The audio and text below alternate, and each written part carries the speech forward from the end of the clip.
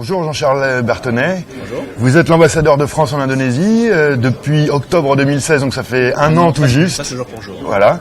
Monsieur l'ambassadeur, les relations bilatérales ont pris une tournure plutôt positive ces derniers mois entre la France et l'Indonésie. On a eu le droit à plusieurs visites ministérielles et un point culminant en mars dernier avec la visite présidentielle de François Hollande, qui était une première depuis 1986 et la dernière visite officielle de François Hollande en tant que président, je crois. Donc c'était une visite dont l'aspect économique était très marqué. Donc qu'est-ce que cela dit des relations bilatérales franco-indonésiennes désormais? Quelle a été l'évolution? Eh bien, ça signifie que, au plus haut niveau de l'État en France, on a pris conscience que on ne pouvait pas laisser l'Indonésie un petit peu hors des écrans radars de ces visites. Alors ces visites, parfois, elles sont contestées, mais elles sont quand même très utiles, parce qu'elles permettent d'évoquer des grands sujets, alors bon, politiques évidemment, mais aussi économiques. Et on a un certain nombre de projets dans les infrastructures, dans l'industrie de défense, dans l'énergie, qui ont besoin de coups de pouce au plus haut niveau, qui ont besoin de confiance dans la relation bilatérale.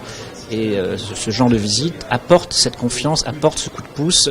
Et d'ailleurs, plusieurs milliards de dollars de contrats ou de MOU ont été signés à l'occasion de cette visite. Donc c'est bien la preuve qu'il y a un lien entre les deux phénomènes. Alors, vous l'évoquiez vous-même, l'Indonésie était un peu en dehors du radar. Pourquoi ce réveil tardif de la France vis-à-vis de ce pays qui est le quatrième plus peuplé? Le pays, il y a d'abord le facteur éloignement, il y a peut-être une insuffisance connaissance réciproque de ce qui se passe dans nos pays respectifs. L'Indonésie est un pays émergent. Peut-être qu'on en a pris conscience un peu tardivement, pas les entreprises, parce que les entreprises, elles sont là. Alors il y a eu aussi des facteurs, il y a eu la crise asiatique qui a un peu refroidi certaines ardeurs à un moment donné. Tout ça est derrière nous. On voit bien le trend extrêmement dynamique de la croissance indonésienne. Un marché de 250 millions d'habitants, on peut vraiment pas faire l'impasse dessus.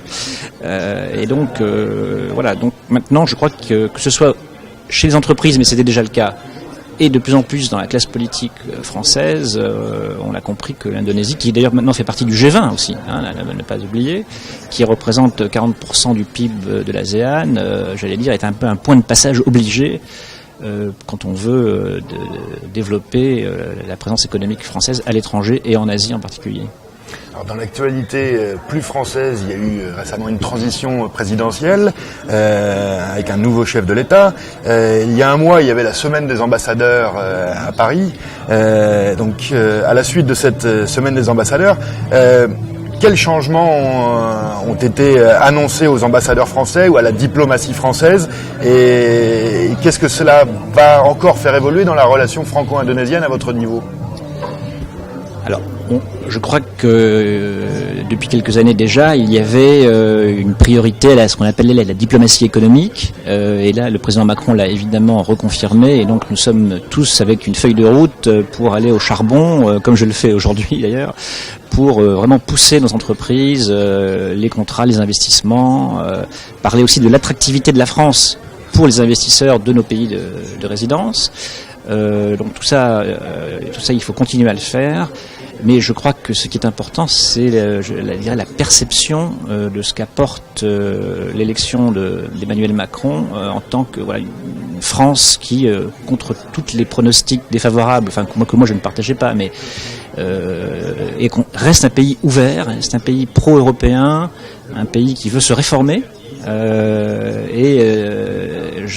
l'a ressenti très très vite dans nos contacts avec nos interlocuteurs indonésiens, et je crois que les hommes d'affaires ici vous diront la même chose. Et donc ça participe de ce climat favorable au dynamisme économique, à l'ouverture, qui ne peut que favoriser nos échanges économiques. Et donc je crois que vraiment cette élection a changé un petit peu la donne et la vision qu'ont un certain nombre de pays, dont l'Indonésie, sur la France. Donc l'Indonésie sera encore plus ouverte à la diplomatie économique française après la transition présidentielle française.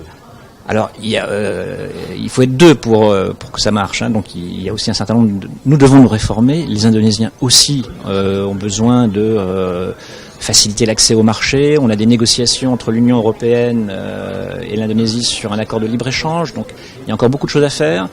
Il y a pas mal de régulations qui freinent un petit peu l'implantation ou les exportations des entreprises françaises, et pas que françaises d'ailleurs. Mais là aussi, je dirais qu'il y a une volonté du président actuel Jokowi d'aller vers une ouverture, vers des réformes, vers une mise en concurrence entre le secteur privé et le secteur public qui est très puissant ici. Voilà, donc, mais ça va pas se faire du jour au lendemain, hein, bien sûr. Mais je crois que là aussi le trend va dans la bonne direction et donc en France comme ici, on avance et autant qu'on se complète finalement et qu'on puisse coopérer et apporter nous les compétences importantes que nous avons dans un certain nombre de secteurs. Alors vous honorez ce mondial des CCE de votre présence. En quoi ce réseau mondial est-il important pour la France ? Et vous, quelle relation avez-vous avec les CCE d'Indonésie ? Comment se passe l'échange ? Alors on a, je n'ai pas le chiffre exact, une vingtaine, peut-être même plus de CCE en Indonésie. On se voit une fois par mois à l'ambassade autour d'un petit déjeuner amical. Et pour moi, c'est très précieux parce que ça me donne un retour du terrain sur justement les problèmes que je mentionnais, l'accès au marché, ce qui fonctionne bien, ce qui fonctionne moins bien, les success stories, les choses qui avancent plus qu'à un cas, les coups de pouce que nous, ambassade ou au niveau politique, on peut donner pour débloquer tel octroi de licence ou tel frein à l'accès au marché. Et donc c'est très important pour moi d'avoir ce retour de terrain. Quand je vois mes interlocuteurs indonésiens, quand je leur parle telle ou telle difficulté, je sais que c'est vrai parce que j'ai vu l'entreprise qui est confrontée à cette difficulté et parfois je suis même allé visiter ces installations. Donc ça me donne une grande crédibilité et c'est pour ça que je suis très attaché à ces échanges. Merci beaucoup, monsieur l'ambassadeur. Merci à vous. Bonne journée. Merci. Voilà.